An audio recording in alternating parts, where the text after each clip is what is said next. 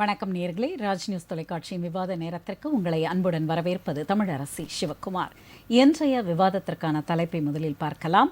திமுக கூட்டணியில் கூடுதலாக இடம் கேட்கும் கட்சிகள். அதிமுக பிஜேபி உறவுக்கு அண்ணாமலை வேட்டு திருமா. 2006 இபிஎஸ் தலைமையில்தான் ஆட்சி அமையும். நயினார் நாகேந்திரன். தாவேகாவில் இணைந்த முன்னாள் அதிகாரிகளால் பலம் கூடுமா? 2006 தமிழகத்தில் அமைவது தனித்த ஆட்சியா, கூட்டணி ஆட்சியா? இது பற்றிய விவாதத்தில் கலந்து கொண்டு பல்வேறு கருத்துக்களை முன்வைக்க வந்திருக்கும் விருந்தினர்களை ராஜ் நியூஸ் தொலைக்காட்சியின் சார்பாக வரவேற்கிறோம். முதலில் இணையத்தின் வழியாக இணைகிறார் திமுகவிலிருந்து ராஜேஸ்வரி. வணக்கம் மேடம். வணக்கம். வணக்கம் மேம். அடுத்ததாக அரங்கிற்கு வந்திருக்கும் நமது உரிமை காக்கும் கட்சியிலிருந்து திரு செங்கை பத்மநாபன் அவர்கள். சார் வணக்கம். எப்பவுமே பாத்தீங்கன்னா நம்ம வந்து ஜூம்ல இருக்கிறவங்க கூட தான் முதல்ல ஆரம்பிப்போம். ஆனா இன்னைக்கு வந்து நான் அதை மாத்திரேன். ஏனென்றால் அந்த முதல் வரிகள் தான் உங்ககிட்ட இதை தொடங்க சொல்லுது. திமுக கூட்டணியில் கூடுதலாக இடம் கேட்கும் கட்சிகள். ஏனென்றால் இப்ப சட்டப்பேரவை தேர்தலை நோக்கி அனைத்து கட்சிகளும் வியூகங்களை அமைக்க ஆரம்பித்து விட்டாயிற்று. அந்த வழக்கத்திற்கு மாறாக ஒரு வருடத்திற்கு முன்னதாகவே நாங்கள் இவர்களுடன் தான் கூட்டணி என்றெல்லாம் எல்லாரும் வெளிப்படையா சொல்லி அது வந்து ஒரு பேசு பொருளாகி விவாத பொருளாகி நாம் நிறைய விவாதித்திருக்கிறோம். இப்ப இன்னைக்கு நம்ம டாபிக் என்ன எடுத்திருக்கோம்னா, திமுகவில் அதிகம் கட்சிகள் வந்து அதிக இடங்களை கேட்கிறார்கள். இது திமுகவின் வியூகத்திற்கு ஏதேனும் பலத்தையோ பலவீனத்தையோ கொடுக்க போகுதா? அரசியல் விமர்சகராக உங்கள் பார்வையிலிருந்து உங்கள் பதில் தான் என்ற முக்கியத்துவம் பெறுகிறது. நமது உரிமை காக்கும் கட்சியினுடைய சார்பாகவே என்னுடைய கருத்தை தெரிவிக்கிறேன். எதுக்கு அரசியல் விமர்சனம்? கடந்த ஓராண்டு காலமா நான் இதை தான் சொல்லிட்டு வரேன். இந்த திமுக கூட்டணி மிகப்பெரிய அளவில் பிளவு வரும். ஏனென்று சொன்னால் தாவேகானுடைய வரவு ஒரு ஆட்சியில் பங்கு, அதிகாரத்தில் பங்குன்னு சொல்லிட்டாங்க. அதுதான் இவங்களுடைய தாகம். யாருடைய தாகம்? காங்கிரஸுடைய 40 ஆண்டு 50 ஆண்டு காங்கிரஸோட தாகம், விடுதலை சிறுத்தையோட தாகம், அனைத்து எதிர்கட்சிகளுடைய தாகம் வந்து கூட்டணியில் ஆட்சி அமைக்க வேண்டும். இருந்தா கூட கூட்டணியிலே அவங்க நிலைக்கிறாங்களா இல்லையா? இப்போ தாவேகான் ஒரு கட்சி வரலன்னா அதே மாதிரி 12 தொகுதி 2 கட்சிக்கு, காங்கிரஸ்க்கு ஒரு 24, வெளியில வந்து கண்ணீர் விட்டார் இல்லையா அழகிரி. அந்த மாதிரி இந்த வாட்டி இவரு செல்வ பெருந்தைக்கு கண்ணீர் விட்டுருப்பாரு. அதே மாதிரி விசிகாக்கு போன தடவை கொடுத்த மாதிரியே கொடுத்துட்டு இருப்பாங்க. 2 சீட்ஸ் ஹியர் அண்ட் தேர் பண்ணி கொடுத்துட்டு இருப்பாங்க. இந்த தடவை நிச்சயமா அது எடுபடாது. தமிழகத்துல எதிர்ப்பு அலை மிகப்பெரிய அளவில் இருக்கு. நான் திமுகனுடைய எதிரி அல்ல. அவங்களே 100வது ஆண்டுக்கும் அவங்களே ஆட்சி செய்யட்டும், இன்ப நிதி கூட முதலமைச்சர் ஆகட்டும். ஆனா அவர்கள் மடைமாற்றம் அரசியல் செய்யாம மக்கள் அரசியல், நிர்வாக அரசியல் செய்யணுன்றதான் என்னுடைய வேண்டுகோள். கடந்த முறை ஒரு வாக்காளராக அந்த கட்சிக்கு வாக்களித்த அந்த உரிமையில நான் இதை எதிர்பார்க்கிறேன். ஒரு பக்கம் இருந்தாலும் கூட இந்த தேர்தல் 2026 மிகப்பெரிய அளவுல திமுக வந்து எப்படி போனாலும் அது பாதகமாக தான் அமையும். நல்லா புரிஞ்சுக்கோங்க madam. It's very very icon subject. இது என்னன்னா, இப்போ கட்சி கூட்டணி உடையுது. காங்கிரஸ், விசிகா, கம்யூனிஸ்ட் இந்த அத்தனையும் உடைஞ்சு அவங்க திமுக தர முடியாத சீட்டை கேட்டு அவங்க தராம ஆட்சியில் பங்கு கொடுக்காம முரடு பிடித்தாங்கன்னா அவங்க வெளியில வந்தாங்கன்னா தாவேகா கூட சேருவாங்க. அப்போ 2026 தாவேகா கூட்டணிக்கும் அதிமுக கூட்டணிக்கும் போட்டி இருக்கும். திமுகனுடைய 15-16% அவங்க 3ஆம் நிலைக்கு போயிடுவாங்க. அதுல தனித்து ஆட்சி வர வேண்டும் என்று சொன்னால் அதிமுக வெற்றி வரும். கூட்டணி ஆட்சி என்று சொன்னால் தாவேகா இருக்கும். சப்போஸ் அதர் வே கூட்டணி உடையில திமுக இன்டாக்டா கூட்டணி வச்சுட்டு இருந்தா தாவேகா வந்து அதிமுகவோட சேரும். தாவேகா அதிமுகவுடன் சேர்ந்தால் தேர்தலே தேவையில்லை, பேலட் பாக்ஸ் கவுண்டிங்கே தேவையில்லை. ஓப்பனா பிஃபோர் இப்படி ராஜ்யசபா 6 தொகுதிக்கு அனௌன்ஸ் பண்ணாங்க. தேர்தல் எல்லாமே அறிவிச்சுட்டு போயிடலாம். 234 தொகுதியில் இவங்க வருவதற்கு அதிக வாய்ப்பு. இந்த 2026 மிக 234 முடிஞ்சு போச்சம்மா. எதிர்ப்பு சக்தி, எதிர்ப்பு ஆட்சியோட கூட்டணி, பழைய கூட்டணி, இவங்க அத்தனையும் புதிய கூட்டணிகள். சார், ஆனா இப்ப தாவேகாவோட தலைவர் என்ன சொல்லியிருக்காருன்னா அவரோட தலைமையில தான் ஆட்சின்னு. இப்ப நயினார் நாகேந்திரன் என்ன சொல்லியிருக்காருன்னா இபிஎஸ் அவர்களுடைய தலைமையில தான் ஆட்சி அப்படின்னு. அப்ப இந்த முரண்பாடு இருக்கும்போது எப்படி பக்குவமா சொல்லியிருக்காரு. இபிஎஸ் உடைய தலைமையில தான் ஆட்சின்னு சொல்லியிருக்க, தலைமையில தான் தேர்தல் சொல்லியிருக்காரு. அப்போ அந்த கூட்டணியுடைய தலைமை வந்து இபிஎஸ். அவர் தான் முடிப்பெடுப்பாரு தனித்து ஆட்சியா கூட்டணி ஆட்சியா என்பது. அண்ணாமலை அவர்கள் ஒரு கருத்தை தெரிவிச்சிருக்காரு. அது வந்து என்னன்னு எனக்கு புரியல. அதை அவர் தவிர்த்திருக்கலாம். ஒரு தலைமை மாற்றம் வந்ததுக்கு அப்புறம் அந்த தலைமை தான் பேசணும். அதுதான் கண்டு அது இவர் தலைமையாக இருக்கும்போது நடுவில் பேசும்போது எதிர்த்து கருத்து பதிவிட்டார். இப்போ ஒரு தலைமை நயினார் நாகேந்திரனை போட்டுட்டாங்க. ரொம்ப பக்குவமாக ரொம்ப பேச மாட்டேன்னாரு. பேச முடியாத காரணத்தினால அவர் அவருடைய தனித்தன்மையை நம்ம குறைத்து மதிப்பிட முடியாது. கடந்த தேர்தலில் அகில இந்திய மோடி அவர்கள் உச்சத்தில் இருக்கும்போது வேட்பாளரே அறிவிக்கலை. எங்கே பிஜேபியினுடைய வேட்பாளரை தமிழகத்தில் அறிவிக்காத நிலையில், கட்சி ஒரு முடிவெடுக்காத நிலையில் நயினார் நாகேந்திரன் தனிப்பட்ட முறையில் போய் ராஜினாமா பண்ணார். எனக்கு தெரிஞ்ச 50 வருஷத்தில் எந்த தலைமையை மீறியும் யாரும் போய் நாமினேஷன் பண்ணதா வரலாறு இல்லை. அத்தகைய துணிச்சல் கொண்டவர், ஒரு பக்குவமாக போகிறாரு. அதுதான் தேவை. இப்போ இந்த தேர்தல் திமுகக்கும் பிஜேபிக்கும் தான் தேர்தலை தவிர திமுகக்கும் அதிமுகக்கும் தேர்தல் அல்ல. உன்னிப்பா கவனிங்க மேடம், இது state election. It's a contest between the BJP and the DMK. ஏன்னா பிஜேபி டிஎம்கேவை வெற்றி பெறவில்லை, தோற்கடிக்கவில்லை என்று சொன்னால் 2029 மிகப்பெரிய இப்போ வாங்கின சீட்டு 40 சீட்டு 30 சீட்டு கம்மி, அதை விட கம்மியா போறதுக்கு மிகப்பெரிய ஒரு வாய்ப்பு அமைச்சிடும். தமிழகத்தில் தாமரை மலர்வதற்கான வாய்ப்பே இல்லை என்று மற்ற கட்சிகள் சொல்லிக் கொண்டிருக்கும் நிலையில் பிஜேபிக்கும் திமுகவிற்கும் தான் போட்டியே என்று எந்த போட்டி என்று பிஜேபி நினைத்து கொண்டு அதிமுகவை விட்டு தர வேண்டும். அதிமுகவுக்கு இணங்கி போனோம். இப்போ அண்ணாமலை சொல்றாருல 78 சீட்டு 80 சீட்டு அந்த மாதிரி பேசிட்டு இருந்தா, இந்த மைனாரிட்டி கவர்மெண்ட் சென்ட்ரல் கவர்மெண்ட்ல இப்போ இருக்கு இல்லையா, பீகாரியும் தெலுங்கானா சப்போர்ட்ல தானே இருக்காங்க, ஆந்திரா சப்போர்ட்ல தானே இருக்காங்க. இதற்கு ஒற்றை காரணம் பிஜேபியும் அதிமுகவும் கூட்டணி அமையாமல் போனதுதான். கூட்டணி அமைந்திருந்தால் மிகப்பெரிய அளவில் 40 சீட்டு வருவதற்கு அந்த கூட்டணிக்கு அதிக வாய்ப்பு பெற்றிருப்பார்கள். அது மைனாரிட்டியிலிருந்து மெஜாரிட்டி இருக்கோ இல்லையோ இவ்வளவு இழுபறி இருப்பதற்கு வாய்ப்பில்லாத ஒரு சூழ்நிலை. அதை மீண்டும் இதை ஒரு மாநில தேர்தலை தயவு செஞ்சு பார்க்காதீங்க. இது பிஜேபியை பொறுத்த வரைக்கும் இது அண்ணாமலைக்கு சொல்கின்ற ஒரு வேண்டுகோள். தயவு செய்து தலைவரை போட்டுட்டாங்க, தலைவர் மாத்திட்டாங்க. நீங்க எதா இருந்தாலும் நீங்க தலைவர்கிட்ட பேசிட்டு டிஸ்கஸ் பண்ணிட்டு எடுத்தன் கவுத்தன் பேச வேண்டாம். அது யாருக்கு வெற்றியா அமையும்னா திமுக அது வெற்றியா போகும். திமுக வெற்றி பெற்றால் அதிமுக நீங்கள் தோற்கவில்லை. நீங்கள் எதிர்காலத்தில் பிஜேபியுடன் தோற்பது, பிஜேபி உங்களை வெல்வது உறுதி, தோற்பது உறுதி என்பதை மட்டும் நீங்கள் கருத்தில் கொள்ள வேண்டும். சரிங்க சார், நம்ம தொடர்ந்து பேசலாம். ராஜேஸ்வரி மேம், நீங்க சொல்லுங்க. அதாவது சார் ஆரம்பிச்ச உடனே ஒரு பெரிய அனாலிசிஸ் ரிப்போர்ட் கொடுத்திருக்காங்க. 2 விஷயம். திமுகவிற்கான எதிர்ப்பு அலை வீசிக்கொண்டிருக்கிறது, அது ஒரு பேஸ். அடுத்து கூட்டணி கட்சிகள் அவர்களுடன் நிற்க முடியாமல் தள்ளாடி கொண்டிருக்கிறார்கள். எப்போ இல்லை நீங்க கேட்குற சீட்டு இல்லைன்னு போது இந்த தள்ளாட்டம் எல்லாம் ஓட்டமாக மாறி அந்த எதிர் தரப்பினரிடம் சேரும் பொழுது திமுகவிற்கு மிக பலத்த அடி விழும் என்பதை ஒரு அபாய எச்சரிக்கையாக அந்த மணியை ஒலித்திருக்கிறார். அவருடைய சார்பிலே உங்களோட கருத்து என்ன? வணக்கம் மேம். ஆக்சுவலி இது அவர் சொல்ற அந்த 2 கருத்துமே எனக்கு ஒரு மிகப்பெரிய கற்பனையா தான் தெரியுது. தற்பொழுது இருக்கக்கூடிய ஆல் இந்தியா அளவுல கொடுக்கக்கூடிய ரிப்போர்ட்டா இருக்கட்டும், அல்லது அமெரிக்கா கொடுக்கக்கூடிய ரிப்போர்ட்லயே நீங்க என்ன பண்றாங்கன்னு பாத்தீங்கன்னா, தமிழ்நாட்டு மாடலா எடுத்துக்கோங்க அப்படின்னு தான் சொல்றாங்க.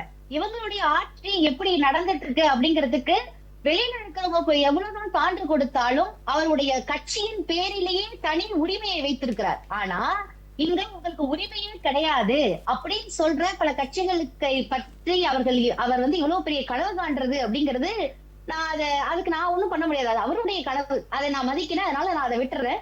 அவருக்கு தாகம் அப்படிங்கிற மாதிரி ஒரு சில வார்த்தைகள்லாம் ஐயா சொன்னாங்க.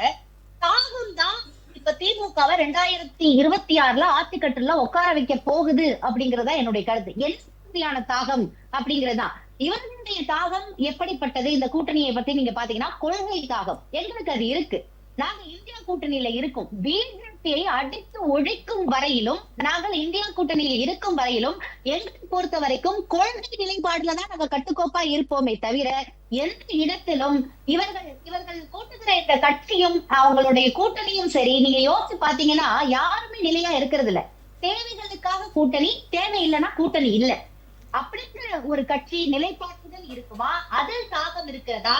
அப்படி இல்லைன்னா திராவிட முன்னேற்ற கழகம் போல அவர்கள் கூட இருக்கக்கூடிய கூட்டணியை நீங்க பாத்தீங்கன்னா எல்லோருக்கும் ஒரு கொள்கை இருக்கு. அந்த கொள்கைக்கென்ற ஒரு தாகம் இருக்கு. அந்த தாகத்திற்கு மரியாதை கொடுக்கக்கூடிய ஒரு அரசியல், ஆரோக்கியமான அரசியலை திராவிட முன்னேற்ற கழகத்தினுடைய தலைவரும் அதில் செயல்படக்கூடிய வீரர்களும் அருமையாக கையாண்டு கொண்டிருக்கிறார்கள் அப்படிங்கறத நான் சொல்லுவோம்.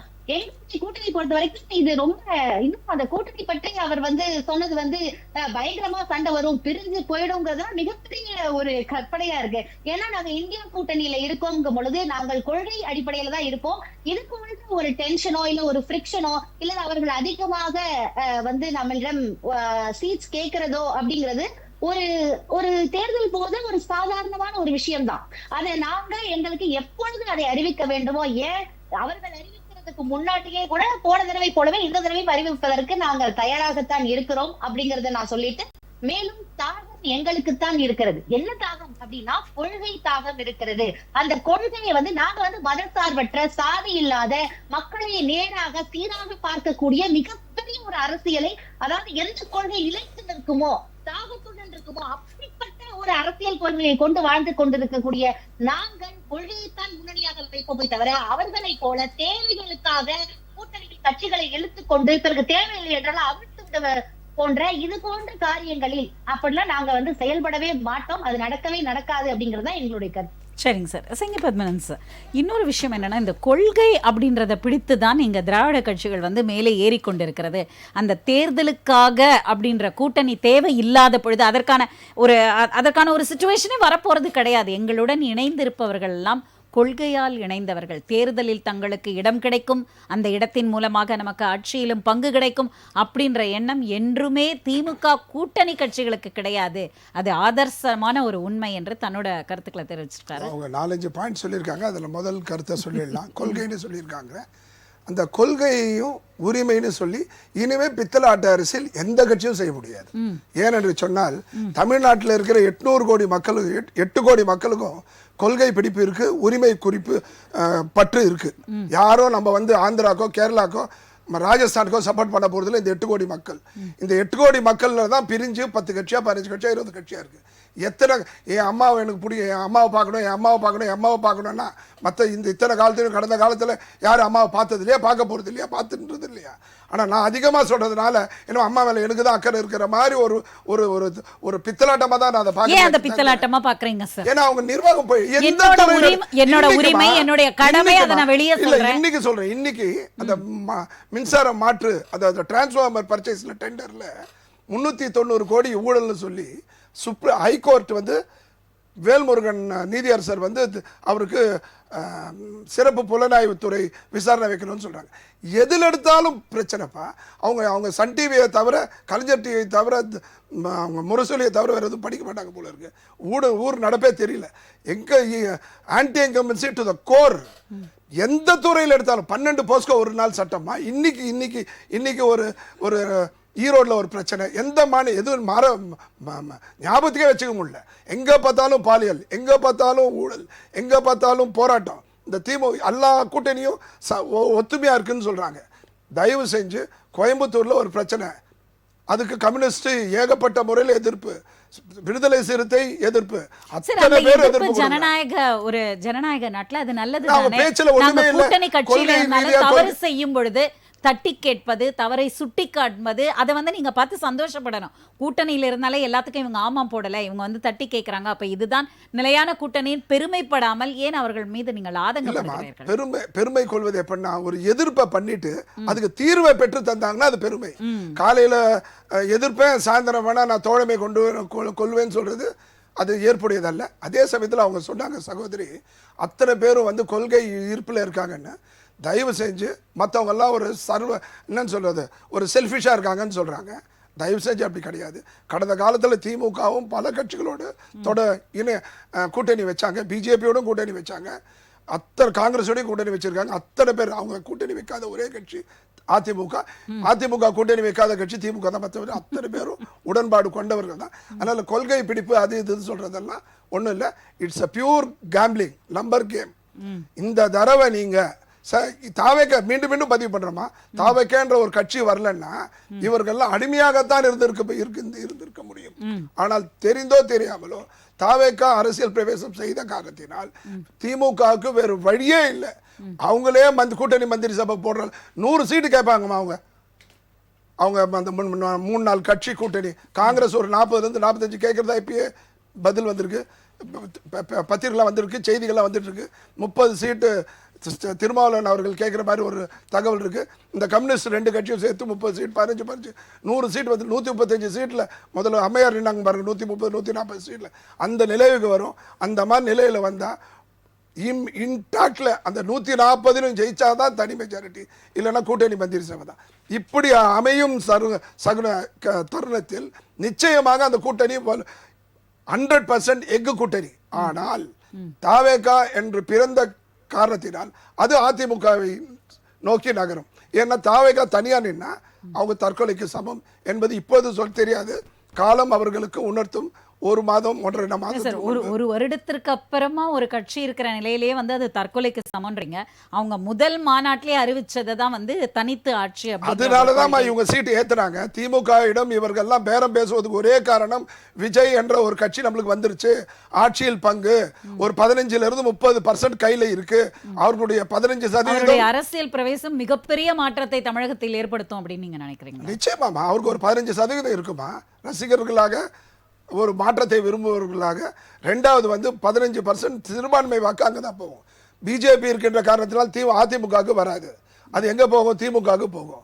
ஆனா திமுகவுக்கு மிகப்பெரிய ஒரு பின்னடைவு இருக்கு. அவர்கள் கொடுத்த வாக்குறுதிகள் ஒன்றையும் சிறுபான்மையினருக்கு எதிரானதாக பிஜேபி அப்படின்னு நீங்க ஒரு கட்டமைப்பை உருவாக்கல. நான் பண்ணல அந்த மாதிரி ஒரு மாயை இவங்க நம்ம தமிழ்நாட்டில் வளர்த்து எடுத்துட்டாங்க.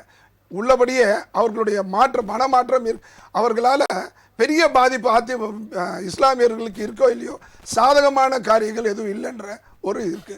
அதே மாதிரி 20 vs 80 அவங்கள 20% vs 80%. அந்த வாக்கு சதத்தில் அவங்க 2 MP ஆகி 40 MP ஆகி 120 ஆகி 200 சில்லற ஆகி 300 சில்லற வந்து திருப்பி 240 அளவுக்கு அந்த ருசி கண்ட பூனை. அதனால அதே பிளாட்ஃபார்ம்ல தான் அவங்க போவாங்க.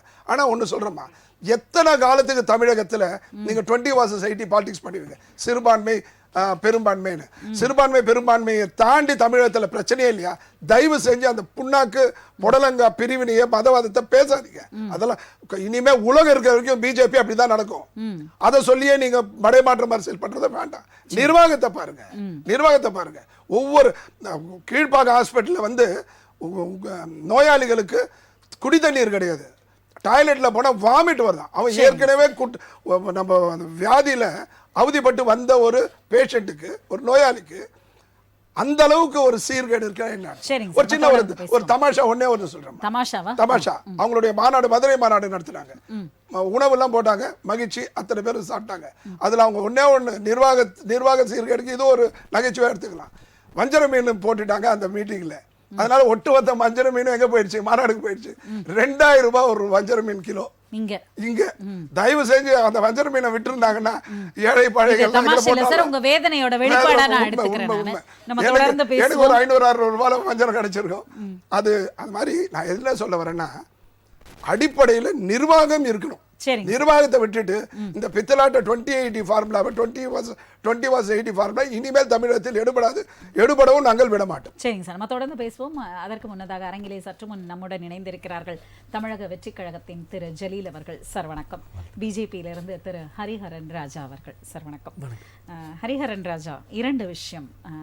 என்ன செங்கை பத்மநாபன் அவர்கள் சொன்னார்னா, மைனாரிட்டி அரசாக பிஜேபி வந்து இந்த பீகாரையும் ஆந்திர பிரதேசத்தையும் நம்பிக்கொண்டிருக்கிறது. ஏனென்றால் அப்பொழுது கடந்த நாடாளுமன்ற தேர்தலில் அதிமுகவின் கையை அவர்கள் பிடித்திருந்தார்கள் என்றால் இந்த 40 அப்படின்றது, அந்த 39ன்றது ஒரு நல்ல கணிசமான ஒரு கான்ஸ்டிட்யூன்சி சீட்ஸ் வந்து அவங்களுக்கு கிடைச்சிருக்கும். அனைத்தும் 40க்கு 40 பிஜேபி வசம் போயிருக்கும். அதை அப்போ விட்டுட்டாங்க. அட்லீஸ்ட் இப்போ அவங்க அதிமுக பக்கம் கூட்டணி எடுத்திருக்காரு. என்னதான் அந்த சிறுபான்மை வாக்குகள் அவர்களுக்கு கிடைக்காமல் போனாலும் அதிமுகவுடன் கூட்டணி சேர்ந்திருப்பது என்பது பிஜேபிக்கு ஒரு பெரிய ப்ளஸ் பாயிண்ட் தான். இப்போ இன்னொரு ப்ளஸ் பாயிண்ட் பார்த்தீங்கன்னா, திமுகவிலிருந்து சில கட்சிகள் உடையும். ஏனென்றால் கூட்டணியில் அந்த சீட் அதிகமாக கேட்கறதுனால. அதனால பிஜேபி இதெல்லாம் மைண்டில் வச்சுட்டு அந்த வியூகத்தை சரியாக போட்டால் நிச்சயமாக 2026 தாமரை மலரும் அப்படின்னு உங்களுக்கு ஒரு ஆருடம் சொல்லியிருக்காரு. உங்களுடைய கருத்துக்களை. Okay, fact. பரவாயில்ல, மெல்ல மெல்ல தமிழக மக்கள் எப்படி பாரதிய ஜனதா கட்சி பக்கம் வராங்களோ, தேசிய ஜனநாயக கூட்டணி வேணும், இது ஒரு நல்ல ஆல்டர்னேட்டிவ் ஃபோர்ஸ் நினைச்சு நம்பி மக்கள் வராங்களோ, அதே போன்று நீங்க வரக்கூடிய விருந்தினர்களும் சொல்லக்கூடிய கருத்து பாரதிய ஜனதா கட்சி வெல்லும், பாஜக வெல்லும். ஏன்னு சொல்லுங்களேன், மக்கள் மனதை தொடர்ந்து வெல்லுவோம், மக்கள் பிரச்சனைக்கு தொடர்ந்து நிற்கிறோம், இந்த திமுக நாட்டை வித்து பிழைக்கிறான், மக்கள் செத்து பிழைக்கிறோம். இன்னைக்கு மக்களிடையே கொண்டு போய் திமுகவுடைய இன்னல்கள் எல்லாம் சொல்லி இன்னைக்கு பாரதிய ஜனதா கட்சி குறிப்பா எங்களுடைய தேசிய ஜனநாயக கூட்டணி வந்தா எதை செய்வோம், எதெல்லாம் நடைபெறாமல் இருக்கு, நாங்கள் வந்தால் எதையெல்லாம் நடைபெறும் அப்படின்ற உண்மையை மட்டும் சொல்ற இடத்துல தமிழ்நாடு இல்லை. அதுதான் சோகம். இங்க இன்னும் பல கட்சிகள் புதுசா நேற்று வந்தவங்க, முந்தா நேற்று வந்தவங்க, நாங்கெல்லாம் ஆட்சி அமைக்க போறோம்னு சொல்லி இன்னைக்கு ஒரு நாடகத்தை அரங்கேற்றுறாங்க. பள்ளி மாணவர்களை கூப்பிட்டு ஒரு 10 பேருக்கு நீங்க மதிப்பெண்கள் நல்லா வாங்கினவங்களுக்கு நீங்க ஒரு விருது கொடுத்துட்டா அப்படியே மக்கள் உங்க பக்கம் திரும்பிடுவாங்க அப்படின்ற ஒரு எண்ணத்துல விருது கொடுக்கறத வந்து நீங்க அரசியலா பாக்குறீங்க? இல்ல, நான் விருதை வரவேற்கிறேன். அந்த ஏழை மாணவர்களை கண்டறிந்து அவர்கள் விருது தரக்கூடிய அண்ணன் விஜய்க்கு பாராட்டுகள். அது ஒன்று போல பொருளாதார ரீதியாக அங்க விருது கொடுக்கப்படவில்லை இல்ல. கல்வியில யார் தன்னை சாதிச்சிருக்காங்க, யார் மேடை ஏறி இருக்காங்களோ அவங்களுக்கு விருது கொடுத்திருக்காங்க. இது பாராட்டப்பட வேண்டிய விஷயம். சாதனையாளர்களுக்கு அண்ணன் விஜய் அவர்கள் மகுடம் சூட்டுவதை நாங்கள் தப்பு சொல்ல. சரி, இங்க சோதனையில் இருக்க மக்களை ஏன் பார்க்க வரல? இங்க சோதனையில கடந்த 50 ஆண்டு காலமா இந்த திமுக ஆட்சியின் கீழே அந்த அந்த திமுக கட்சியின் கீழே மக்கள் சீரழிகிறான். இதுவரை விஜய் அண்ணன் சொன்ன ஒரு தாக்கமான கருத்து, இதுவரை விஜய் மக்களுக்காக எதிர்க்கவில்லை அப்படின்றீங்களா? அண்ணன் விஜய் அவர்கள் பேசின ஸ்டேட்மெண்ட்லாம் நீங்க பழைய இதெல்லாம் எடுத்து பாருங்க. இந்த பேரெல்லாம் கேட்கும் போதே உதயநிதி, தயாநிதி, அருள்நிதி, கலாநிதி இதெல்லாம் கேட்கும் போதே ஒரு வைப்ரண்டா இருக்கு. இதெல்லாம் என் படத்துக்கு பேரா வைக்கணும் அப்படின்னு பேசினவர் அண்ணன் விஜய் அவர்கள். ஒரு பெயர் தனக்கு ஒரு காரியமாக வேண்டும் என்றால் காலை பிடித்த இவர்கள் இன்னைக்கு எங்களிடையே வந்து நான் மக்களுக்காக நிற்கிறேன்னு சொன்னால் மக்கள் எப்படி நம்புவாங்க? சரி, அரசியல் கட்சி தொடங்கி எவ்வளவு நாள் ஆகுது? பல பேர் பல விவாதங்களை சொல்லலாம். சார் இன்னைக்கு தான் கட்சி ஆரம்பிச்சிருக்காரு, இனிமே செய்வாரு சார் அப்படின்னு சொல்லலாம். அரசியல் கட்சி ஆரம்பித்ததுல இருந்து மக்கள் பிரச்சனைக்காக இவங்க நின்னது, இவங்க மக்கள் பிரச்சனைக்காக பேசினது. மேடம், மக்கள் பிரச்சனைக்காக நிக்கிறதுனா ஆத்மாத்தமா உணர்வுபூர்வமா நிக்கிறது. நாடகம் நடத்துறதுக்கு யாருன்னு நடத்துவாங்க. ஒரு லெட்டர் பேட் கட்சி தமிழ்நாட்டில் இன்னைக்கு எவ்வளவு லெட்டர் பேட் கட்சி இருக்கு. அவங்க செய்யக்கூடிய அதே நாடகத்தை தாவேகா செய்துவிட்டு நாங்கள் அதற்கு போராடினோம். ராஜா, நீங்க கொஞ்ச நேரம் முன்னாடி நீங்களும் சொன்னீங்க மெல்ல மெல்ல தமிழகத்தில் தாமரை மலர்கிறது அப்படின்னீங்க. ஒரு தேசிய கட்சிக்கு தமிழகத்தில் மலர்வதற்கு இத்தனை ஆண்டுகள், மொட்டு விடுவதற்கு இத்தனை ஆண்டுகள் பிடிக்கும் பொழுது சற்று முன்னதாக அரங்கிலே வந்த அந்த தமிழக வெற்றி கழகம் ஆட்சியை பிடிக்கும் என்ற நம்பிக்கை உங்களுக்கு இல்லையா? அதாவது ஆட்சியை பிடிக்கணும் சாதாரண விஷயமா madam? Is it a cinema? ஒரு ப்ரொடியூசர் காசு கொடுப்பாரு, ஒரு 3 ஹவர் படத்தை ரெடி பண்ணிடலாம், அதை மக்களுக்கு டெலிகாஸ்ட் பண்ணிடலாம். மக்கள் வழி எவ்வளோ விஷயம் இருக்கு மேடம். கிராமங்கள் தோறும் எவ்வளோ பிரச்சனைகள் இருக்கு மேடம். இன்னைக்கு பல பல்கலைக்கழகங்கள்ல பாடம் நடக்குதா இல்லை பாலியல் நடக்குதான்னு தெரியாத வண்ணத்தில் இன்னைக்கு தமிழ்நாடு அலங்கோலப்பட்டு போயிருக்கா இல்லையா? நானே இவ்வளவு குழம்பி போயிருக்கேன்னா பாருங்க, அந்த அளவு தமிழ்நாடு இன்னைக்கு குழப்ப நிலையில இருக்கு.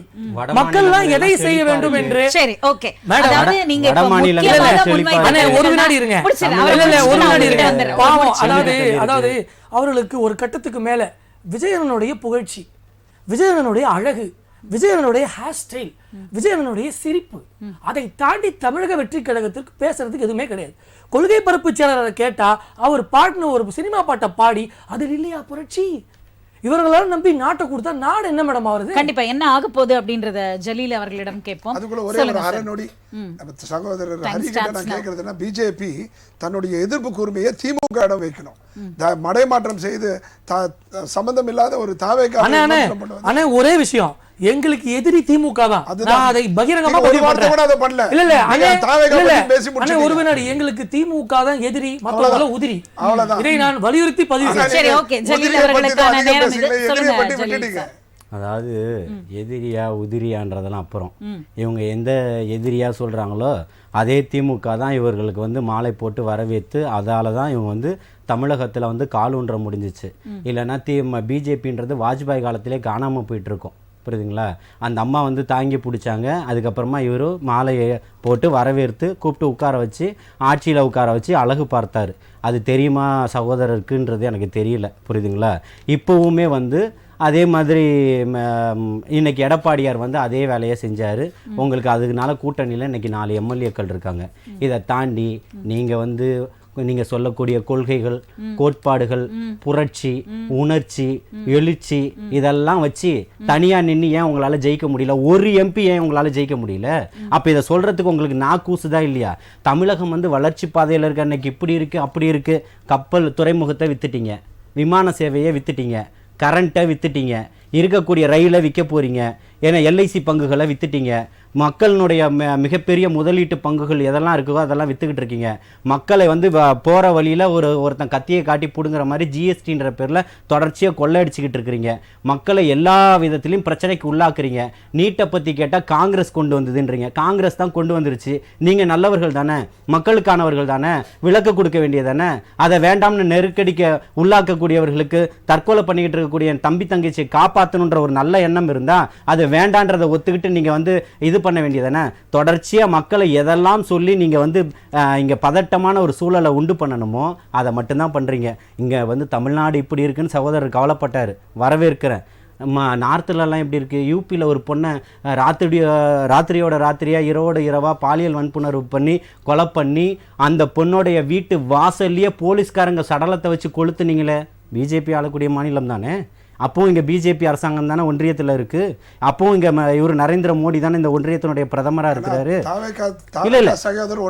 இல்லை நான் சொல்ல என்ன குறுக்கிடாதீங்க. பிஜேபி எதிர்க்க கூடாதா? கொள்கை ரீதியான எதிரி பிஜேபி தாங்க. திமுக அரசியல் எதிரின்றதுல எந்த மாற்றமும் கிடையாது எங்களுக்கு. பிஜேபியினுடைய கொள்கை எதிரின்றத நாடகம் போட்டு எதிரியா நாடகம் மக்களிடையே நயவஞ்சக அரசியலை தாவேகா கையில் எடுக்குது.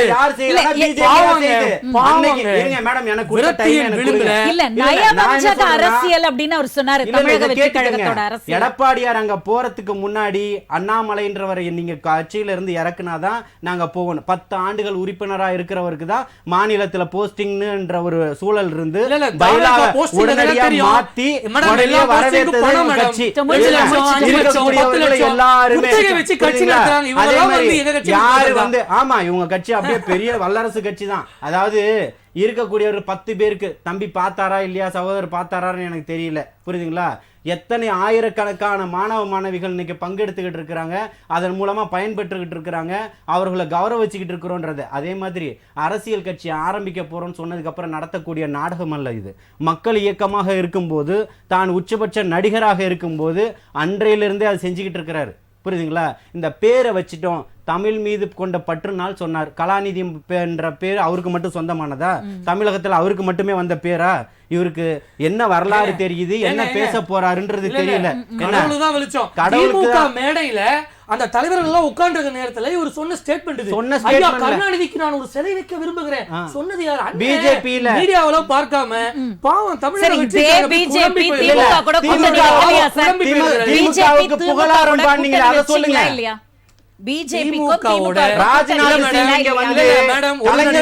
நாணயத்தை வெளியிடும் போது புகழாரம் பண்ணார்ல, அதை சொல்லுங்க. இல்ல ஒரு நாணயம் வெளியிடும் பொழுது நாணயமாக பேசிட்டு போயிருக்கோம். மேடம் இவங்க ரொம்ப குழப்ப நிலையில அவங்க பொதுச்செயலாளர் கேளுங்களேன், எந்த ஒரு சீரியஸ் இஷ்யூக்கு அவரை கேட்டாலும் அவருக்கும் பதில் தெரியாது. அண்ணன் ஆதவர்ஜுனா விஜய் அண்ணனை தாண்டி பேசுவாப்ல.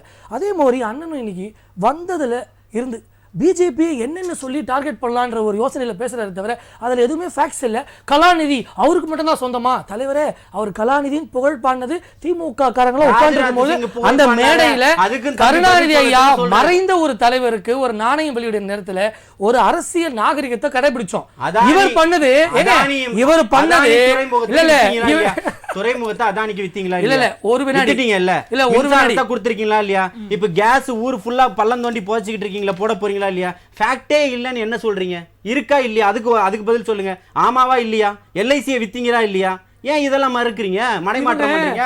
குஜராத்திலையும் படுகொலை செய்யப்பட்ட ஐயா விஜய் அவர்கள் தொண்டர்கள் வறட்சியை வச்சு அரசியல் பண்ணலாம் அப்படின்னு வந்திருக்காங்க. இங்க வறட்சி அரசியலுக்கு வேலையே இல்லைங்க. வளர்ச்சி அரசியலுக்கு நாங்க இருக்கும் பொழுது இவர்களை போன்ற வளர்ச்சி 234 தொகுதியில அவங்க மட்டும்தான் ஜெயிக்க போறாங்க. தமிழகத்தில் வளர்ச்சி என்பது எதை காட்டுகிறது?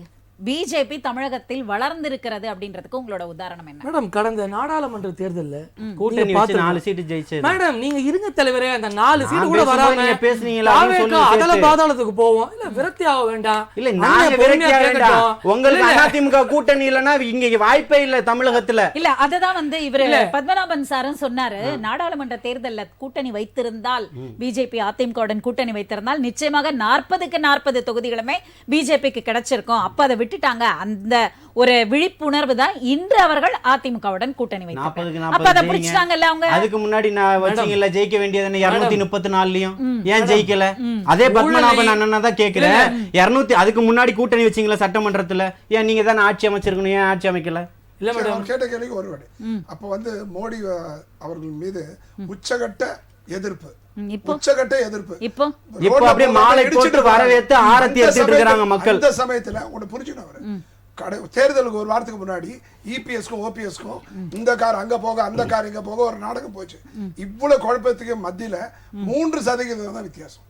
அது தோல்வின்னு தெரிஞ்சா அவர் வந்து இன்னும் பக்குவப்படணும், நல்லா இன்னும் அனுபவம். நிச்சயமாக அனைத்து விருந்தினர்களையும் திமுக மீது வந்து தங்களுடைய குற்றச்சாட்டை அடுக்கிக் கொண்டே இருக்கிறார்கள். அதற்கு ராஜேஸ்வரி அவர்கள் என்ன பதில் கொடுக்க போகிறார் என்பதை ராஜேஸ்வரி மேம் நீங்க சொல்லுங்க. அதாவது என்னன்னா, திமுகவுடன் கூட்டணியில் இருக்கும் கட்சிகள் யாவை, இந்த கூட்டணியில் கொடுக்கப்படும் அந்த சீட்டுக்கு ஏத்த மாதிரி கூட்டணி உடையும் பொழுது அவர்கள் எங்கே செல்வார்கள், செல்வதனால் அந்த பக்கம் இருப்பவர்கள் என்ன பலம் பெறுவார்கள் என்பது ஒரு புறம் இருக்க, இப்பொழுது பிஜேபியாக இருக்கட்டும், தமிழக வெற்றி கழகமாக இருக்கட்டும், நமது உரிமை காக்கும் கழகமாக இருக்கட்டும், அத்தனை பேரின் எதிர்ப்பும் திமுக பக்கம் திரும்பி திமுக எதிர்ப்பு அலையாக மாறியிருக்கிறது.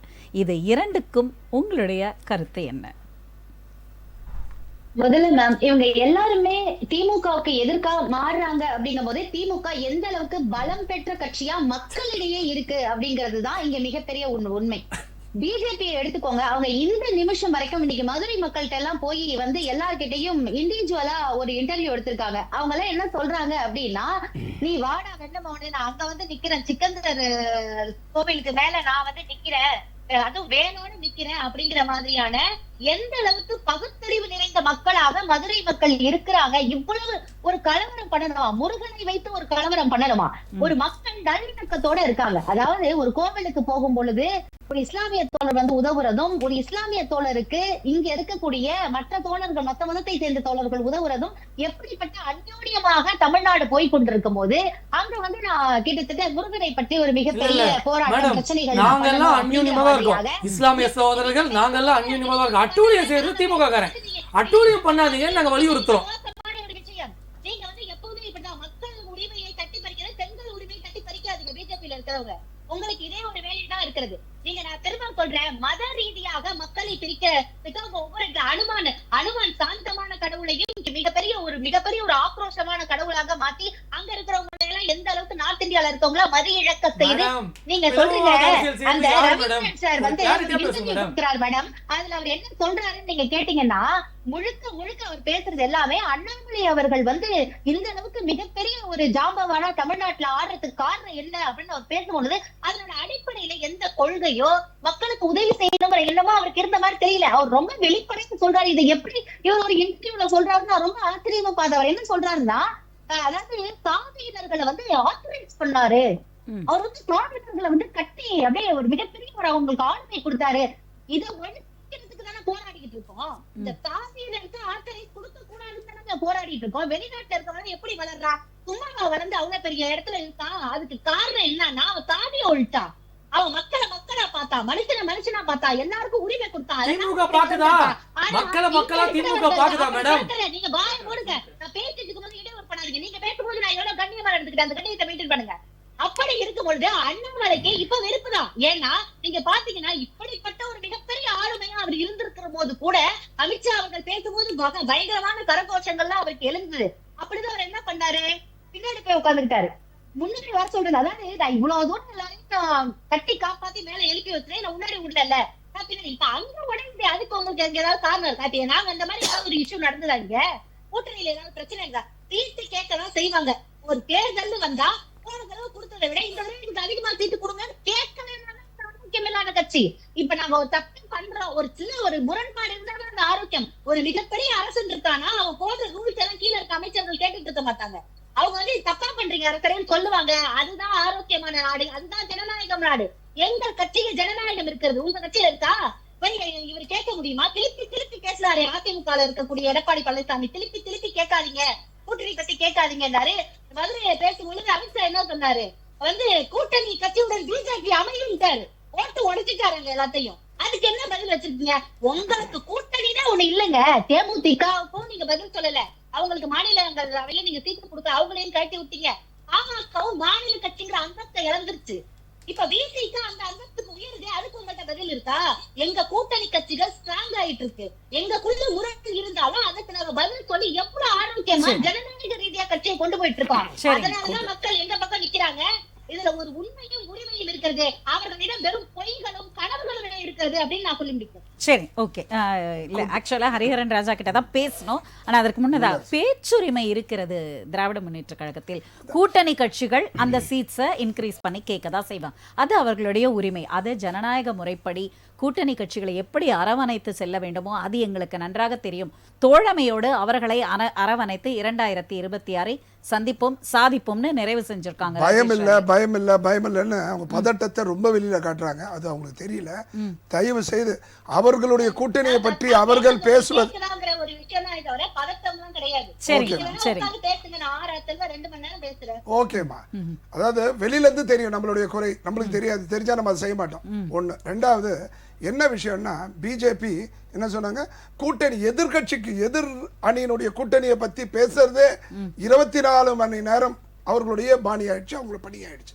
எப்ப பார்த்தாலும் அதிமுக பிஜேபி கூட்டணி சேர்ந்ததை பத்தி விமர்சனம் பண்றதுதான் திமுகவும் திமுக கூட்டணி. ஆமா, நீங்க சொன்னீங்கல்ல அவருக்கு இடையில வரக்கூடாது. அப்ப அது நீ உங்களுக்கும் பொறுத்து கடமை கண்ணியம் கட்டுப்பாடு. ஒண்ணு. ரெண்டாவது, எல்லா கட்சியிலையும் வந்து பின்னாடி உட்கார்றது முன்னாடி உட்கார்றது மாதிரி திமுக கண்ணாடி அறையிலிருந்து கல் எறியக்கூடாது. இதே மாதிரி இவங்க கட்சியிலையும் அவருடைய சகோதரர் அழகிரியில் எவ்வளவு பெரிய பிரச்சனை ஆச்சுலாம் தெரியும். அவர்களும் தென் மாவட்டத்தை எப்படிலாம் வளர்த்தாரு, இன்றைக்கு அவர் நிலை எப்படி இருக்குன்றதோ தெரியும். அதெல்லாம் ஒரு பங்கேற்றோம்.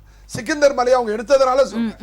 சிக்கந்தர் மலை 18ஆம் நூற்றாண்டுக்கு முன்னாடி முகலாயர்கள் 800 ஆண்டுகள் நம்ம இந்தியாவை ஆளுவதற்கு முன்பு, அடிமைப்படுத்துவதற்கு முன்பு இங்க ஒரு இஸ்லாமியர் கூட ஆங்கிலேயர்கள், இஸ்லாமியர்களுக்கு அப்புறம் தான் ஆங்கிலேயர்கள் 300-350 ஆண்டு, 800 ஆண்டு முகலாய அரசுகளால் நம்ம அடிமைப்பட்டிருந்தோம். அந்த சமயத்துல வந்து முகலாயர் அரசால என்ன அடிமைப்பட்டிருந்தீங்க? எந்த கோயில்கள் இடிக்கப்பட்டிருந்தது? இல்ல யாருடைய உரிமை தட்டி பறிக்கப்பட்டது? மிகப்பெரிய விஜய் ரசிகர் இல்ல விஜய் ரசிகர் முகலாயர் காலகட்டத்துல என்ன அடிமைப்படுத்தப்பட்டிருந்தீங்க சொல்லுங்க. அதாவது இல்ல அதுக்கு பதில் சொல்லுங்க. முகலாயர் காலகட்டத்துல என்ன எந்த கோயில்கள் இடிக்கப்பட்டது? பதில் சொல்லு கேட்டீங்கல்ல. தென் மாவட்டத்து முழுக்க, வட மாவட்டத்தில் இருக்க முழுக்க அத்தனை கோயிலும் நீங்க போய் பாருங்க. இப்ப இருக்கிற சகோதரர்களை, இஸ்லாமிய சகோதரர், அங்க இஸ்லாமியராகவே நான் பார்க்கல. அவர்கள் ஆதி இந்தியர்கள், அவங்க ஆதி தமிழர்கள். சார் இந்தியாவை பத்தி பேச சார். இஸ்லாமியர் வந்து உலக அளவில் இந்தியாவில் தமிழர்கள் சுருக்காதீங்க. இஸ்லாமியர்களை தயவு செஞ்சு அவங்க வந்து நான் தமிழர்கள் அப்புறம் தான் இஸ்லாமியர், அத நீங்க ஒத்துக்கிறீங்களா இல்லையா? ரைட்டுங்க. நான் இஸ்லாத்தை ஏற்றுக்கொண்டேங்க. நான் இஸ்லாத்தை ஏற்றுக்கொண்டேன். நான் யாருடைய அடக்குமுறையிலும் ஏத்துக்கல. எனக்கு சுதந்திரம் இருக்குல்ல, நான் பேசுறேன் இல்ல. நீங்க இப்ப சொன்னீங்கல்ல முகலாயர் காலகட்டத்துல அடிமைப்படுத்தப்பட்டு கடந்தோன்னு சொல்லுங்க. சொல்றேன். 3 தடவை கேள்வி கேட்டீங்க, பதில் ஒரு தடவை விடுங்க. ஏஆர் ரகுமான் இப்ப ஒரு இஸ்லாமியர், ஆனா ஆதியில அவர் வந்து ஒரு இந்து. இல்ல நம்ம தலைப்பை விட்டு ரொம்ப போயிட்டோம்னா அது ரொம்ப சென்சிட்டிவ் ஆயிடும். இல்ல அதற்கான பதில மட்டும் சொல்லிருங்க. அதோட பதில மட்டும் சொல்லுங்க. 800ஆம் நூற்றாண்டுக்கு முன்னாடி கிறிஸ்துவ இஸ்லாமியர்கள் இங்க இல்ல. அப்படி இருக்கும்போது நம்ம தமிழ்ன்றல்ல, தமிழுடைய மூத்த கடவுள் யாரு? முருகர். முருகன் 2000 கிபி 1800 ஆண்டுகளுக்கு முன்னே இல்லையா அவரு? அப்பேற்பட்ட இடத்துல முருகன் கோயிலுக்கு கருவறைக்குள்ள வருவீங்களா? இப்போ நீங்க முருகன் கோவில் கருவறைக்குள்ள நீங்க வருவீங்களா? இல்ல கூட்டு போறீங்களா? இல்ல இது வந்து மதத்தை தலைப்பு போறீங்கன்னா அந்த தலைப்புக்கு கூப்பிடுங்க. சரி இல்ல நம்ம அதுக்குள்ள போறோம். நீங்க கேள்வி கேட்டதனால தான் அவர் பதில் சொல்ல ஆரம்பிச்சாரு. அதான் நான் என்ன சொல்றேன்னா, நம்ம விட்டு அந்த தலைப்பை நான் இப்பவும் சொல்றேன், சப்ஜெக்ட மாறி போய்கிட்டு இருக்கீங்க. அதுக்கான சப்ஜெக்ட் இது கிடையாது. இன்னும் 15 நிமிஷம் தான் இருக்கு. அவங்களோட கேள்விக்கு பதில் சொல்லுங்க. அத சொல்லுங்க. சரி, அப்ப அந்த சிக்கந்தர் அங்கேயே இருக்கட்டும், நம்ம தலைப்புக்குள்ள வந்துறலாம். சொன்னதனால 20 vs 80 நார்த் இந்தியா மாதிரி தமிழ்நாட்டை மாத்த வேண்டாம், மாத்தவும் வேண்டாம். நம்ம 20க்கும் முக்கியத்துவம் தருவோம், 80% இந்துக்களுக்கும் முக்கியத்துவம் தருவோம். அனைவரும் ஒன்று, ஒரே தட்டில் எல்லோரும் இந்நாட்டு மன்னர்கள் போன்ற அனைவரும் ஒன்று, ஒரு தாய் வயிற்று பிள்ளைகளாக வாழ்வோம். ஆனால் அந்த 20 என்பதையும் தாண்டி இஸ்லாமியர் இந்து பிரச்சனை மட்டும்தான் நாட்டு பிரச்சனை இல்ல. ஊழல் பிரச்சனை இருக்கு, சாலை போக்குவரத்து பிரச்சனை இருக்கு, மின்சார பிரச்சனை இருக்கு, பெரிய அன்புமணி பெரிய சரிங்க சார், இப்படி நீங்க சொல்ற அதே நேரத்துல தான் என்ன பெரிய சொன்னீங்க? குண்டை தூக்கி போட்டிருக்காரு அன்புமணி. என்ன சரிங்க போட்டிருக்காரு? சார், சரி. 811 கோடி ஊழல்னு விவசாயத்துல 2 மாசம் 3 மாசமா சரி, அவங்களுக்கு சரிங்க சார், இதெல்லாம் விவசாயிகளுக்கு சொன்ன நெல் இல்ல. கொள்முதல் பண்ணிட்டு பணம் தரல. சரிங்க அவங்க வந்து எங்க போறாங்க? அவங்க எப்படி அவங்க கடனை கட்டுவாங்க, வட்டியை கட்டுவாங்க, தற்கொலை பண்ணி போறேன்னு சொல்றாங்க. சரிங்க அது கூட இல்ல, அதை விட ஒரு பெரிய திமுகனுடைய உச்சகட்டம் சிபில் ஸ்கோரை பார்த்துட்டு லோன் வாங்கணும்ன்றாங்க கூட்டுறவு வங்கியில. அது எவ்வளவு பெரிய ஆபத்து. கேட்டா அதுக்கு என்ன சொல்றாங்க? அறவரிமா விவசாயிகள். சரிங்க சார், நம்ம கூட்டணி பக்கம் வந்துருவோம். என்னன்னா கூட்டுறவு இதை முடிச்சிடுறேன். கூட்டுறவுக்கு லோன் வாங்குறதுக்கு சிபில் ஸ்கோர் பார்க்க வேண்டாம். அவங்க என்ன சொல்றாங்க? கடந்த காலத்துல வாங்கின கடன் நிலுவையில் இருக்கா இல்லையான்னு பாக்குறதுக்கு மட்டும் தான் சிபில். இப்படிதான் சிபில் ஆரம்பிக்கும். அதுக்கப்புறம் சிபில் ஸ்கோர் வச்சுதான் லோன் கொடுத்தா நம்ம மண்ணை தான் சாப்பிடணும் அரிசிக்கு பதிலா. சரிங்க சார், ஹரிஹரன் ராஜா, அதை கூட்டுறவுன்னு முடிச்சதுனால சொல்றேன், நல்ல உறவோடு இருக்கின்ற அதிமுக பிஜேபி, ஆனா வந்து இந்த சிறுபான்மையினரோட வாக்குகள் நிச்சயமாக சரியும், அந்த சரிவு அவர்களுக்கு ஒரு ஆபத்தை ஏற்படுத்தும் அப்படின்னு அவர் வந்து தன்னுடைய கருத்தை முன்வைத்தார். பரவலாக பேசப்படுகின்ற இந்த கருத்தை எப்படி எதிர்கொள்ளப் போகிறது பிஜேபி இந்த வருகின்ற தேர்தலில்?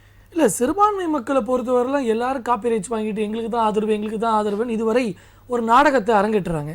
எங்களுடைய ஒரே விஷயம், தீராத ஆசை கொண்ட திமுக தீர்ந்து போகக்கூடிய காலம் விரைஞ்சிருச்சு. இன்னைக்கு மக்கள் எல்லாம் தேசிய ஜனநாயக கூட்டணி வசம் வந்துட்டாங்க. திமுகவுக்கு ஒரே ஒரு ட்ரெண்ட் தாங்க.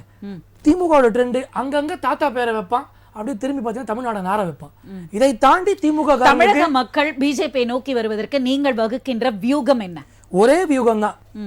ஊழல், லஞ்சம், இந்த திமுகவுடைய குடும்ப ஆட்சியின் பிணியிலிருந்து வெளியே வரணும். இன்னொன்னு, பகல் கனவு கண்டு சில பேர் நானும் ரவுடி தான் வரக்கூடிய அந்த சூழ்நிலையிலும் இன்னைக்கு மக்கள் வந்து தெளிவடையணும். மக்களை வந்து நாங்கள் ரொம்ப எஜுகேட் பண்றோம். நீங்க இன்னும் 1000 ரூபாய் வாங்கி ஓட்டு போட்ட கலாச்சாரத்தை மாற்றியே ஆகணும். அதாவது ஊருக்கே தெரியும் இவர்கள் பண்ணக்கூடியது அட்டூழியம், இவர்கள் பண்ணக்கூடியது அராஜகம், இவங்க பண்ணக்கூடியது அநாகரிகமான செயல்பாடு இந்த கடந்த 4 ஆண்டா. ஆனால் உத்தமர்கள் போல ஒரு வேஷத்தை திமுக காரன் நீங்க எல்லா இடத்துலையும் பரவலா பதிவு செய்கிறான். அதெல்லாம் நீடிக்காது. இன்னொன்று, அண்ணன் விஜய் அவர்கள் திமுகவுடைய ஜெராக்ஸ் காப்பி 4 மணிக்கு அறிவாலயத்திலிருந்து ஒரு அறிக்கை வந்துச்சுன்னா அந்த மேலே இருக்க டைட்டிலை மட்டும் மாற்றி இவர் ஒரு அறிக்கை விடக்கூடிய காட்சி.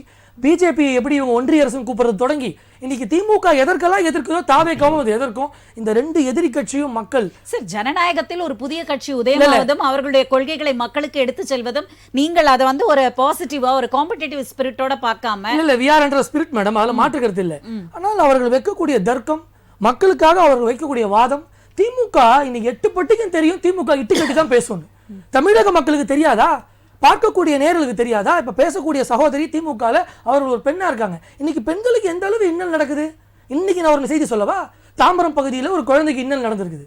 டெய்லி இன்னைக்கு பாலியல் தொல்லைகள், டெய்லி இன்னைக்கு எல்லா இடங்களிலும் எல்லா செக்டார்லையும் இன்னைக்கு பாதிப்புகளும் வேதனைகளும். இன்னைக்கு மக்கள்லாம் மன உளைச்சல் இருக்கான்றது ஒத்துக்கிறோமா இல்லையா? நம்ம ஏன் மூடி மறைச்சு பேசணும்? அதாவது கண் துடைப்பு நாடகத்திற்கு கையாட்டி பல விஷயங்களை பேசலாம். அப்பாவும் பையனையும் போல வசனம் பேசி பல விஷயங்களை பேசலாம். வசனம் பேசி எத்தனை நாள் ஊரை ஏமாத்த போறீங்க? சரிங்க சார், நம்ம தொடர்ந்து பேசுவோம். ஜலீல் சொல்லுங்க, ஜலீல் உங்களுடைய கருத்துக்களை. அதாவது திமுகவுக்கு என்ன இருக்கு, இவங்க வந்து ஒற்றுமை பற்றி சகோதரி பேசுனாங்க, சிறுபான்மையினர் மக்களை பற்றி பேசுனாங்க. அப்பேற்பட்ட சிறுபான்மையினருடைய மக்களுக்கு நாங்கள் பாதுகாவலராக இருக்கோம் அப்படின்னு சொல்லி, எங்களுக்கு பாதுகாவலர்லாம் வேணாம், அவர் உரிமையை கொடுங்கன்னு கேட்குறோம். எம்பி எலெக்ஷன் நடந்தது, எத்தனை எம்பியை திமுக சார்பில் நிறுத்துனீங்க? ஒரு எம்பி சீட்டு கொடுத்தீங்கன்னு சொல்லுங்கள் பார்ப்போம். முடியாது, வாய்ப்பு இல்லை. புரியுதுங்களா? உங்களுக்கு வாய்ப்பு இல்லை ராஜான்னு அனுப்பி விட்டுட்டாங்க. அந்த மாதிரி தான் இப்போது சகோதரர் சொன்னார், எல்லா பிரச்சனைகளுக்கும் இங்கே திமுகவினுடைய ஜெராக்ஸ் காப்பியாக தான் தமிழக வெற்றி கழகம் இருக்குன்னு. வந்த அன்னைக்கே மாநாடு மேடையிலே பிரகடனப்படுத்தின ஒரே தமிழ்நாட்டின் உள்ள ஒரே தலைவர், ஒன்றியத்தினுடைய எதிரி யாருன்றது, அவங்க கொள்கை எதிரி யாரும் வார்த்தையை நீங்க உபயோகப்படுத்துறதுனால தான் உங்களுக்கு சந்தேகம் வலுக்கிறதோ. ஒன்றியன்றது அவருக்கு மட்டும் திராவிட முன்னேற்ற கழகம் பயன்படுத்தக்கூடிய வார்த்தைகள் வேற யாருமே சொல்றது கிடையாதா? வேற யாருமே சொல்றது இல்லையா? இடது சரியா இருக்கக்கூடிய அத்தனை பேருமே இவர்களை ஒன்றியம் தான் சொல்லிக்கிட்டு இருக்காங்க. அது உங்களுக்கு உங்களுடைய ஒன்றியத்தினுடைய பிரதமரை மேடையில வச்சுக்கிட்டே திமுக பேசும்போது ஏன் வாய் மூடி கேட்டுக்கிட்டு அமைதியா இருந்தீங்க? இன்னைக்கு அப்புறம் வெள்ளக்கொடை கொண்டு வரும்போது நீங்கள் பார்த்துக்கிட்டு வேடிக்கை பார்த்துக்கிட்டு தானே இருந்தீங்க. திமுகவோட கள்ள கூட்டணியில் தான் பிஜேபியும் திமுகவும் இருக்குது, அதில் மாற்று கருத்தே கிடையாது. புரியுதுங்களா? இன்னைக்கு இவர்கள் பேசக்கூடிய அத்தனை விஷயமும் மக்களை எஜுகேட்டட் பண்ணிக்கிட்டு இருக்காங்களாம் இவங்க. இப்போ சொன்னார் பார்த்தீங்களா, சிரிப்பாக இருக்குது. வட மாநிலங்களில் மக்களுடைய நிலைமை என்ன இன்னைக்கு?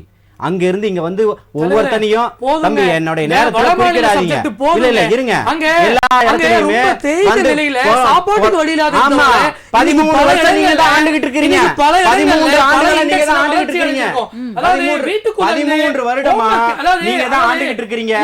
அங்க இருந்து இங்க வந்து இருங்க. ஏன் நேரத்துல குறுக்கிடாதீங்க. உங்க நேரத்துல குறுக்கிடல. வடமாநில அரசியலை ஒப்பிடுவது இருங்க. அநாகரிகம். விஜய் என்ன செய்தாரு? விஜய் என்ன செஞ்சாரு? மக்களுக்கு என்ன செஞ்சாருன்றதுக்கு சொல்லிட்டு இருக்கேன். நீங்க என்ன தமிழ்நாட்டுக்கு செஞ்சிட்டீங்க? நீங்க என்ன தமிழ்நாட்டுக்கு செஞ்சிட்டு இருக்கீங்க? இருக்கக்கூடிய பள்ளிக்கு மாணவர்களுக்கு கொடுக்கக்கூடிய பணத்தை கூட இதுவரைக்கும் தரல. மக்களுக்கு தெரிந்த நேரடி கிருமி. இவங்க கொரோனா மாதிரி கிருமி எங்க இருக்குன்னே தெரியாத அளவுக்கு ஒரு கிருமி. நான் சொல்றது ஒரே கருத்து. சின்னத்திரை நடிகர்கள் ஒரு பேட்டி கொடுத்தாங்க. அண்ணன் அதை பார்த்தாரா? ஒரு துறை சார்ந்து இருக்கிறாங்க சின்னத்திரை நடிகர்கள். ஒரு 1000 ரூபாய் கொடுத்து உதவி பண்ணிருப்பீங்களா? நாங்க கல்விக்கு பண்ணோம், புரட்சி பண்ணோம், சாதனை பண்ணோம், எங்க தலைவர் அதை செய்தார், இதை செய்தார். சின்னத்திரை நடிகர் காரி துப்புறாங்க. சரி, பிஜேபி எங்கள் துறை சார்ந்தவர் மேடம் ஒரு செகண்ட். எங்கள் துறை சார்ந்தவர் எங்களுக்கு கஷ்டம் இருக்கக்கூடிய நேரத்துல ஒரு 1000 ரூபாய் கொடுக்க துப்பற்றவர், ஒரு 1000 ரூபாய் கொடுக்க துப்பற்றவர் இன்னைக்கு தமிழகத்தை காப்பேன், தமிழகத்தை காப்பேன், தமிழகத்தை மாற்றி காட்டுவேன்னு சொல்றது எவ்வளவு பெரிய ஏமாற்றம். மாத்தி காட்டுவேன்ற சொல்ல ஒரே கேள்விங்க. நலிவடைந்த கலைஞர்களுக்கு நலிவடைந்த கலைஞர்களுக்கு உங்களை வாழ வைத்த சினிமாக்காரர்களுக்கு நீங்கள் செய்த ஒரு பங்கு பண்றதெல்லாம் போங்கு. இங்க வந்து பங்கு கொடுக்கிறேன், நான் மக்களை வளர்க்கிறேன்றது கபட நாடகத்தை போட்டு உங்க சினிமா திரைவெளிச்சத்தை வச்சு எத்தனை நாள் ஏமாத்துவீங்க? திமுக நேரடி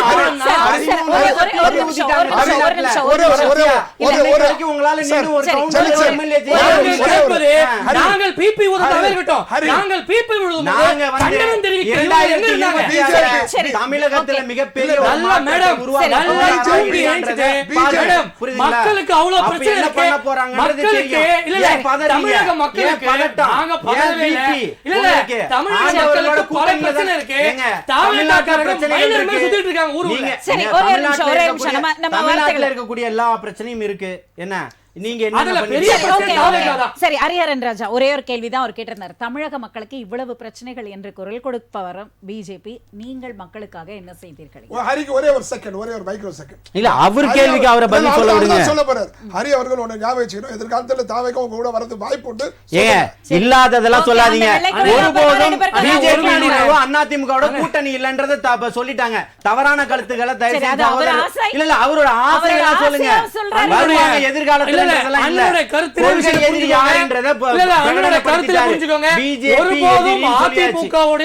பாஜகவோட இல்லன்னு சொல்லிருக்காரு. திமுக என்ற பேரே மக்கள் நீதி மையம் எப்படி கட்சியை கொண்டு போய் சேர்த்ததோ பிஜேபியுடன் ஒருபோதும் கூட்டணி கிடையாதுன்னு சொல்லிட்டு அதே அதிமுக இன்னைக்கு பிஜேபி கூட தானே கூட்டணி வச்சிருக்கு. அவங்க சேருவாங்க. அவருக்கு வேற வேலையே இல்ல, வழியும் இல்ல. புரியுதுங்களா? அதிமுகவினுடைய நிலைமை மிரட்டப்பட்டு கொண்டு போய் சேர்க்கப்பட்டிருக்கு. பிஜேபி நாதியத்து போய் இங்க தமிழ்நாட்டுல கிடக்குது. வேற வழி இல்ல. அவர்களால் கூட்டணி வைத்து 4 சீட்டை தான் அவங்களால பிடிக்க முடிஞ்சது தமிழ்நாட்டுல. வேற வழி கிடையாது. அவர்களுக்கு அவர்தான் முகம். இப்ப என்ன சொல்றாருல, வருங்காலத்துல அந்த நிலை எங்களுக்கு இல்ல. புரியுதுங்களா? மதவாத கட்சியினுடைய மக்களை வந்து வச்சு கொல்லக்கூடிய ஒரு கட்சியோட கூட்டணி வைக்கணும்ன்ற அவசியம் கிடையாது. தமிழக வெற்றி கழகம் இல்ல, எந்த கூட்டணியும் கிடையாதுங்க. எந்த கூட்டணியும் கிடையாது. பிஜேபியோட நீங்க கூட்டணி இருக்கீங்க, கூட்டணி கிடையாது. கொள்கை எதிரி யாரு, ஊழல் எதிரி யாரு, கட்சி எதிரி யாருன்றத சொல்லியாச்சு. யாருக்கு அது கட்சியினுடைய நிலைமை? உங்களுக்கு என்ன பிரச்சனை? நீங்க எப்படி கட்சியினுடைய ரெப்ரசன்டேட்டிவா? கட்சியினுடைய கட்சி வந்து உங்களுக்கு என்ன அதிகாரம் கொடுத்திருக்கு? பிஜேபியோட கூட்டணிக்கு போகும் சொல்லி அங்கீகாரம் கொடுத்திருக்கா? தவறான தவறுகளை பதிவு பண்ணக்கூடாது. பிஜேபியோட எந்த காலத்திலும் கூட்டணி கிடையாது. அது மக்கள் நல்லா புரிஞ்சுக்கணும். இங்க இருக்கக்கூடிய ஊழல் கட்சிகள் யாருன்னு இருக்கக்கூடிய காலம் இருக்கு. கூட்டணி வருதா இல்லையான்றத பாப்பாங்க. தமிழ்நாட்டுல 2026ல பிரைமரி போர்ஸா தளபதி அவர்கள் ஆட்சி அமைக்க போறாரு. பார்க்க தான் போறீங்க. ஒரே கருத்து மேடம். நாட்டை சீரழிக்க சின்ன பின்னமாக்க தேவை திமுக, அதோடு கிளையாக தேவை தாவேகா. நாட்டை சீர்படுத்த, நாட்டை சீர்தூக்க தேவை பாரதிய ஜனதா கட்சி, தேசிய ஜனநாயக கூட்டணி. இதனுடைய கருத்து. தேசிய ஜனநாயக கூட்டணி அதிமுக இருக்குல்ல மேடம். நயினார் நாகேந்திரன் அவர்கள் வந்து சொல்லிருக்காங்க 2026ல் EPS அவர்களோட தலைமையில தான் நாங்க ஆட்சி அமைப்போம் என்று. இதை பற்றிய உங்களுடைய கருத்து என்ன? அதாவது மேடம் நீங்களே குதிரை சவாரி பண்றீங்க, இவர்கள் சவாரிக்கு வண்டியில ஏறல, சவாரிக்கு வண்டியில ஏறாதவங்க நாங்க குதிரை சவாரி பண்றத பத்தி ரொம்ப ஃபீல் பண்றாங்க. முதல்ல வீட்ல இருந்து வெளிய சவாரி பண்றதுக்கு ஆள் தேவைப்படுது. முதல்ல வீட்ல இருந்து வெளிய வாங்க, மக்கள் எல்லாம் என்னன்னு பாருங்க. தனிச்சு போட்டிட்டு பாருங்க, அப்ப தெரியும் உங்க லட்சணம் என்ன. பனையூர் கட்சியினுடைய முதலமைச்சராக அண்ணன் விஜய் வர வாய்ப்பு உண்டு, பனையூர் கட்சியினுடைய நிர்வாகியா அண்ணனும் வர உண்டு. நாங்கள் சொல்வது முதல்ல மக்களை வந்து பாருங்க, அடித்தட்டு மக்கள் பிரச்சனை என்னன்னு பாருங்க. இன்னைக்கு நாட்டுல பல்வேறு இன்னல்கள், பல்வேறு அநீதிகள் நடக்குது, அதெல்லாம் குரல் கொடுங்க. கொஞ்சமாவது போராட்டத்தை நிறைவான கருத்தை பதிவு பண்ணுங்க. பதிவு செஞ்சுட்டு இருக்கிறது தமிழக வெற்றி கழகம் தான். போராட்டங்களை முன்னெடுத்து நடத்தக்கூடியது தமிழக வெற்றி கழகம் தான். அதற்கான சட்ட போராட்டம் நிறைவான கருத்தை கேட்டு வந்துற ஜலீல் சார், உங்களோட நிறைவான கருத்தை சேர்த்து பதிவு பண்ணுங்க. அதாவது இன்னைக்கு இருக்கக்கூடியதுல இப்ப நாங்க தான் ஆட்சி அமைப்போம், நாங்க தான் நீங்க ஆட்சி அமைக்க போறது கிடையாது. அது உங்க தலைமையே முடிவு பண்ணிடுச்சு, புரியுதுங்களா? நீங்களே ஜெயிச்சாலும் அதிமுக தான் ஆட்சி அமைக்க போகுதுன்றத சொல்லியாச்சு, ஒத்துக்கிட்டாச்சு. நீங்களே ஒருத்தரை நம்பி தான் பயணம் பண்ணிக்கிட்டு இருக்கிறீங்க உங்க தமிழ்நாட்டுல, புரியுதுங்களா? அதனால நீங்க அதெல்லாம் பேசக்கூடாது. தமிழக வெற்றி கழகத்தினுடைய மிகப்பெரிய ஒரு மாற்றம், நிச்சயமாக அரசியல் மாற்றம் இன்னும் கிட்டத்தட்ட ஒரு 50 நாள் எண்ணி வச்சுக்கோங்க. 50 நாளையில மிகப்பெரிய மாற்றங்கள் இருக்கு, புரியுதுங்களா? தமிழக வெற்றி கழகம் எப்படி ஒரு சொன்னார் இல்லையா, இங்க என்ன எதுக்காக வந்தாங்க, யார் வந்தாங்க, பிஜேபியில உள்ள யாரோ தம்பியோ வந்து ஓட்டு போட போறது கிடையாது. நிச்சயமாக மக்களுடைய இல்ல, தமிழக வெற்றி கழகத்துக்கு நீங்க ஓட்டு போட போறது கிடையாது இல்லையா? ஜனநாயக உரிமை எல்லாருக்குமே இருக்கு, புரியுதுங்களா? மக்களுடைய எழுச்சியும் புரட்சியும் இன்னைக்கு இருக்கு. நாங்க காசு கொடுத்து ரோட் ஷோ நடத்துறது கிடையாது மத்த கட்சியை போல, புரியுதுங்களா? மக்கள் வெள்ளம் இன்னைக்கு எங்க கரை புரண்டு ஓடிக்கிட்டு இருக்குதுன்னு இதே டி நகர் ஏரியால ஒரு இந்த ஒன்றியத்தினுடைய பிரதமர் வந்து எப்படி ரோட் ஷோ நடத்திட்டு போட்டாருன்னு எல்லா ஊடகங்களுக்கும் பார்த்ததுதான், புரியுதுங்களா? தமிழ்நாட்டில் மிகப்பெரிய ஒரு மாற்று சக்தியாக வந்து நிற்கக்கூடியது மக்களுக்கும் மண்ணுக்குமானது 2026 மிகப்பெரிய ஒரு வெற்றியை இந்த தமிழக மக்கள் பார்க்க போறாங்க, தர போறாங்க. நன்றி ஹரிஹரன் ராஜா.